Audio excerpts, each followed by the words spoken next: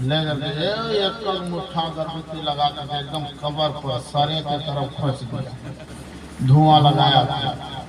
धुआं ही सिर्फ नहीं लगाया, अगरबत्ती जला दिया। कितने दिन? 40 दिन। सोचता है कि 40 दिन मैंने अगरबत्ती जला दी, बहुत नेक काम किया है। आओ मेरे आका अलैहिस्सलातु तस्लीम की बारगाह में। आकाए कायनात सल्लल्लाहु तआला अलैहि वसल्लम इरशाद फरमाते हैं कि मुर्दे को सबसे ज्यादा डर खौफ मरने के बाद किस चीज से मालूम है? आग से। अच्छा एक चीज ये बताइए, मुर्दा कब्र के अंदर है तो वो अंदर में रह करके बाहर की चीजों को देख सकता है कि नहीं देखता है? कि नहीं? अरे जोर से बोले देख सकता है। अरे जोर से बोले देख सकता है कि वैसे ही बोल रहे हो। कभी सुने हैं क्या भीतर में रह करके ऊपर को देख सकता है? चुप हो गया। अभी तक बोला हाँ ठीक है, जैसे देख सकता है। जोर से बोला तो बोला कहा है, ये सब टेंशन में हम लोग पड़ेंगे, ये सब टेंशन में हम लोग नहीं पढ़ते हैं। अगर ये सब पूछना है तो इमाम साहब से पूछिए। बोला क्यों? थोड़ा पैसा देते, तनख्वाह देते, फ्री का थोड़ी रखे। ये सब सवाल जवाब इमाम साहब बताएंगे, हम लोग ये सब टेंशन नहीं लेते हैं। सुने, मुर्दे के अंदर इतना पावर अल्लाह ने दिया है, इतना पावर दिया कि वो जमी के भीतर भी रहे ना तो वो मोमिन होगा, बाहर वाले को देख लेता। आप कहेंगे कैसे पता चलेगा? देख लेता। और मेरे आका अलैहिस्सलातु तस्लीम की बारगाह में आका कायनात सल्लल्लाहु अलैहि वसल्लम ने इरशाद फरमाया, मेरे साहबा जब तुम कब्रिस्तान के करीब से गुजरा करो तो मुर्दों को सलाम कर लिया करो। क्या करना चाहिए मुर्दों को? अरे जोर से बोले, मुर्दों को, कब्र वालों को सलाम कर लो। मेरे आका अलैहिस्सलातु तस्लीम का इतना फरमाना था, साहबा ने उसके हबीबी या नबी अल्लाह अलैहि वसल्लम, ए मेरे आका क्या हम मुर्दे को सलाम करें, कब्र वालों को सलाम करेंगे तो क्या कब्र वाले हमारे सलाम को सुनते भी हैं? मेरे आका मुस्कुराते हैं। मेरे आका, जोर से बोले, मेरे आका मुस्कुराते हैं। मेरे आका मुस्कुराते और फरमाते हैं, मेरे साहबा तुम सलाम सुनने की बात करते हो।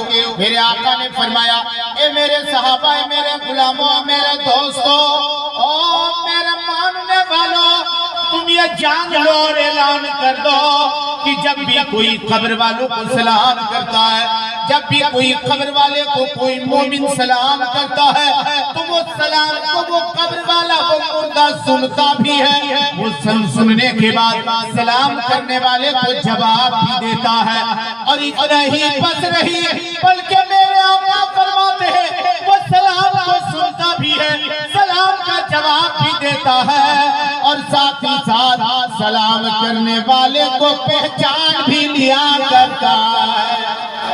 वो सलाम करने वाले को पहचान लेते। अच्छा ये बताइए, पहचानेगा कैसे? जब देखेगा तब। अरे जोर से बोले, देखेगा तब ना। वैसे पहचान लिया, देखा कौन आया, और वो भी उसकी तफसीर में आता। मेरे आका ने फरमाया पहचान लेता है। कौन पहचान लेता है? वो मुर्दा पहचानता है। सलाम करने वाले को कि सलाम करने वाला बेटा है या भतीजा है या भाई सलाम किया है या मेरा पोता सलाम किया है, मेरा नवासा सलाम किया है, मेरे बाप सलाम किया है, हमारे खानदान का कौन शख्स है, वो सलाम करने वाले को पहचान भी लेते हैं। इसलिए मेरे आका फरमाते हैं, ऐ लोगों, मुर्दों को सलाम करो। अब इससे एक सबक मिला कि कोई काम हमें दिखावे का करना नहीं, कोई काम हमें दिखावे का करना नहीं है। क्योंकि अगर हमने ये दिखावे का काम किया कि हम अपने चचा को बहुत मानते हैं, अपने चचा का बहुत ख्याल करते हैं, सिर्फ हमने दिखावे का काम कर दिया, अपने बाप को हमने बहुत चाहा, अपनी माँ को हमने बहुत चाहा, इसलिए हम इतना बड़ा चालीसवा किए, हमने बरसी मना ली, शस्माही मना ली, लोगों को खैरात कर दिया। नियत अगर मेरी है कि मेरे देखने के बाद लोग कहे ये अपने बाप का वफादार है, माँ बाप का फरमा बरदार है, अगर नियत तूने दिखावे की रख ली तो ये सारे आमाल धरे के धरे रह जाएंगे, ये आमाल तेरे मुंह पर मार दिए जाएंगे। ऐ लोगों को दिखावे का काम न करना, 40वें पे मुझे मत रखना। की कब्रों पे हाजिरी दे दिया करना। इतना लोग जाते कहाँ, हालत तो ये है इलाके का असरास। अभी तो 40वां में लोग बैठे हैं, उठ के जा रहा था ना, अकेले 2 बच्चा नहीं जा रहा था, 4 बच्चा एक साथ में, नौजवान भी जा रहा था, अकेले नहीं 2 साथ भी जा रहा था। वजह क्या मालूम है? ये तो 40वां है तो 2-3 एक साथ जा रहा था। अगर तीजा होता ना तो 10 एक से साथ जा, तीजा में निकलता तो मालूम है इलाके का आलम अजीब है। अगर कहीं कुछ हो रहा है हबीब बाबू, कुछ हो रहा है क्या? ससुराल है जाके इसीलिए मुस्कुरा रहा है। दामाद लोग तो ससुराल में तो मुस्कुराएंगे।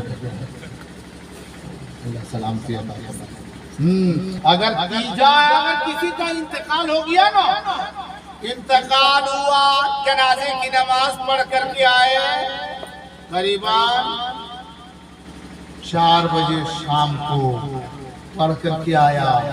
अब उस शाम को देखिएगा कोई जल्दी घर से बाहर नहीं निकलेगा, उसके घर के दरवाजे तरफ से नहीं गुजरेगा। अगर इत्तेफाक से कोई उधर से गुजरा और कहीं उसी के दरवाजे पर काली बिल्ली है तब मत कहीं दूसरे के लेकिन ऊपर दादा आएगा, उसका दादा आया कहा रे, देखो वो अब बिल्ली है कि दादा है रे, वो बिल्ली है कि दादा, अजीब हालत है। उसके बाद देखिए नाम इलाके में मालूम है, कुत्ता को देख के डर रहा था। कुत्ता को, मोटा तगड़ा कुत्ता था, मोटा तगड़ा कुत्ता था, और जिसका इंतकाल हुआ था वो आदमी बहुत मोटा तगड़ा।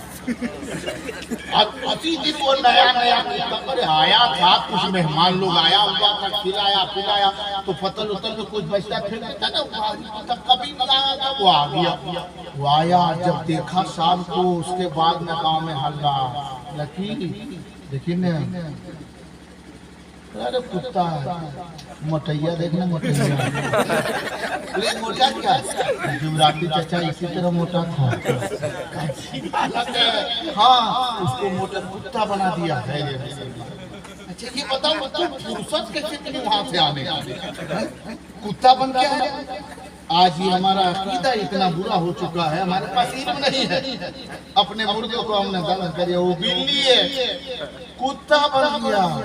बताओ यही मोहब्बत है।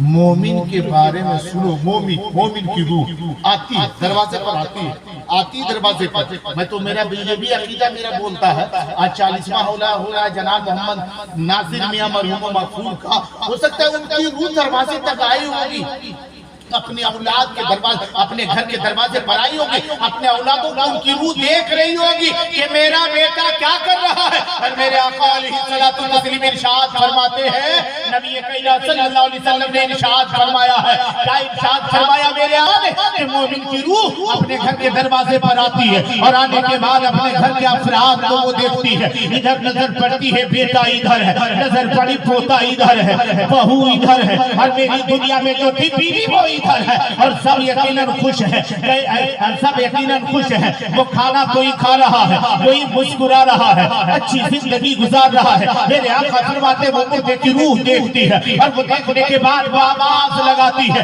वो रूह आवाज लगाती है, वो मुर्गा कहता है, वो मुर्गे की रूह आवाज लगाती है, हे मेरे बेटे मैंने तेरी परवरिश की थी, हे मेरे बेटे माँ की रूह होती है वो भी आवाज देती है, हे मेरे बेटे मैंने तेरी परवरिश की। हम ढंग की बोलाते थी, जब तू पेशाब बिस्तर पे किया करता था ना, तो तेरे भीगे हुए बिस्तर पे मैं सो जाया करती थी, और तुझे सूखे हुए बिस्तर पे सुलाया करती थी। आज मैं तो नहीं हूँ दुनिया में, लेकिन मेरे बेटे तू दुनिया में है। मेरे अगर कोई मुझे अगर मिठाई भी दिया करता था, अगर कोई मेरे हाथ में कोई खाने की चीजें दिया करता था ना, तो वो मैं खाया नहीं करती थी, बल्कि अपने आंचल के कोने में बांध करके उसे महफूज कर लिया करती थी। इस बुनियाद पर किस लिए कि मेरा बेटा आएगा मैं उसे दूंगी। इंतजार तेरे में करती रहती, घंटे 2 घंटे ही नहीं बल्कि मुकम्मल पूरे दिन इंतजार करती, कहीं तू खेलने जाता कहीं चला जाता था और नहीं आता था, मैं इंतजार करती रहती थी। शाम को आता था ना तो उस वक्त वो गट्ठर से कोने से अपने आंचल के गोशे से कोने से वो गठरी को खोलती थी और उसमें ऐसा था कि वो गठरी में पूरे उसके वो मिठाई के रस से वो पूरी आंचल भीग जाती थी। ऐसे हालत में तेरी हिफाजत तेरे लिए मैं इंतजार करके रखा करती थी, तेरा इंतजार किया करती थी। ये मेरे बेटे आज मुझे भी जरूरत पड़ी है, लेकिन तेरे कमाई की मिठाई की जरूरत नहीं है, मुझे जरूरत पड़ी है, मुझे दे दे। कोई गरीब दरवाजे पर आ जाएगा तो मेरे बेटे उस गरीब को एक पेट खाना खिला देना और उसका सवाब मेरे नाम इसाल कर देना। अगर कोई नंगा आ जाएगा तो उसे तू कपड़े पहना देना। अगर कोई जरूरतमंद आ जाए तो उसकी जरूरतों को पूरी करना, मेरे नाम खैरात करना, मेरे नाम सदका करना। अगर तुम ऐसा करते रहोगे तेरी जरूरत इधर पूरी होती चली जाएगी। क्योंकि अभी मुलाकात हुई थी ना, मेरे मोहल्ले के फला वो शख्स था, उनके बेटे ने आज कुरान की तिलावत करके सवाब को इसाल किया था। आज एक फकीर को खाना खिला के इसाल की सवाब का इसाल किया था। आज एक जरूरतमंद की जरूरत को पूरी करके, आज गरीब की बेटी में मदद की शादी में मदद करके उसने इसाले सवाब किया था। आज उसके पास नेकियों का अंबार है। वो कह रहा था कि देख तेरे बच्चों ने तेरे लिए कुछ भेजा नहीं, आज मेरे लिए इतनी चीजों को भेजा, इतनी नेकियां भेजती है। इसलिए मेरे बेटे मेरी जरूरत को पूरी करो, मेरी बात को मेरे लिए खैरात करो, मेरे लिए इसाले सवाब करो। मुझे कुछ नेकियां तो जरूरत है। मेरे आका फरमाते हैं ना, वो रूह दरवाजे पर खड़ी होकर के अपने घर वाले को पुकारती रहती है और मेरे आका फिर फरमाते हैं, लेकिन वही रूह जब दरवाजे पर आती है और देखती है कि मेरे बच्चे क्या कर रहे हैं, कोई शराब पी रहा है, कोई दारू पी रहा है, कोई ताड़ी पी रहा है, कोई नशे में धुत है, कोई चोरी कर रहा है, कोई ज़िना कर रहा है, कोई बदकारी कर रहा है। अगर ऐसा उनकी औलाद के बेटे करते हैं या उनकी औलाद में से कोई ऐसा काम कर जाते हैं तो उनकी रूह को बहुत ज्यादा दुख होती है। और दुखी की बात नहीं, आका फरमाते हैं अगर औलाद दुनिया में गुनाह करे, अगर अल्लाह उससे नाराज हो तो उसका अज़ाब उसके माँ बाप की कब्र में दिया जाता है। ये लोगों को अगर 20वां और 40वां करने से बाप को सवाब मिलने वाला नहीं है। साथ ही साथ अपने अमाल को सुधारो, अपने अमाल को सुधारो।